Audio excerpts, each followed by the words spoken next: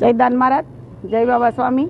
આજે દાન મહારાજના આશીર્વાદથી ગુજરાત પ્રદેશ અને જિલ્લા સંગઠનમાંથી અમારે મહાવીર બાપુ જિલ્લા પંચાયત ધારગણી સીટના ઉમેદવાર બનવા જઈ રહ્યા છે। ત્યારે આજે ફોર્મ ભરવાની પ્રક્રિયા શરૂ થવાની છે। અમે લોકો ધારી ફોર્મ રજૂ કરવા માટે જઈ રહ્યા છીએ અને આ ભાજપની સરકારે અને સંગઠને જે વિધર્મીનો નાશ કરવા માટે જે ઝુંબેશ ઉપાડી છે અને એટલા માટે બાપુને ટિકિટ આપી છે મહાવીર બાપુને, તો આપણે બધા સાથે મળી અને આ વિધર્મીનો નાશ કરીએ અને ભાજપને સક્ષમ કરવા માટેના જે દાવેદારો ઉમેદવારો મૂક્યા છે એ ઉમેદવારો વિજય થઈને આવે એવી દાન મહારાજના ચરણોમાં પ્રાર્થના કરીએ છીએ।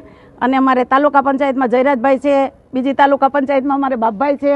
આ ત્રણ ઉમેદવાર અમારે એમ કહીને કે ભાજપને વફાદાર અને ભાજપના વર્ષોથી કાર્યકર્તાઓ છે, તો એ બધાને જે ન્યાય આપ્યો છે ભાજપ પરિવારે, તો આજે પરિવાર થઈ અને લોકો એમને ચૂંટીને મોકલે છે અને મોકલવાના પણ છે। એ વિશ્વાસથી અમે આજે ફોર્મ ભરવા જઈ રહ્યા છીએ। જય દાન મહારાજ।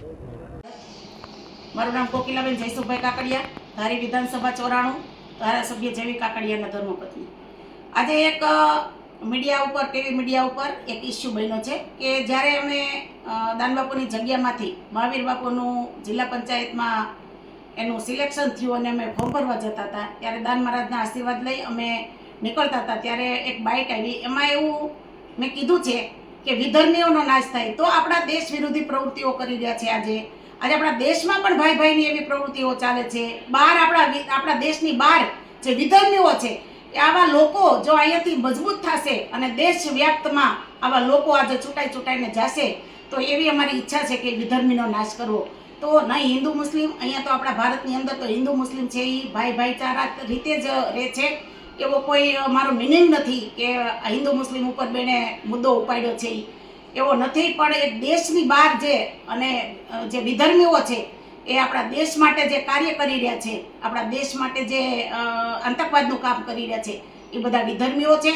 એના માટે આખું મેં નિવેદન આપ્યું છે અને આજે હું મારો ખુલાસો પણ આપું છું।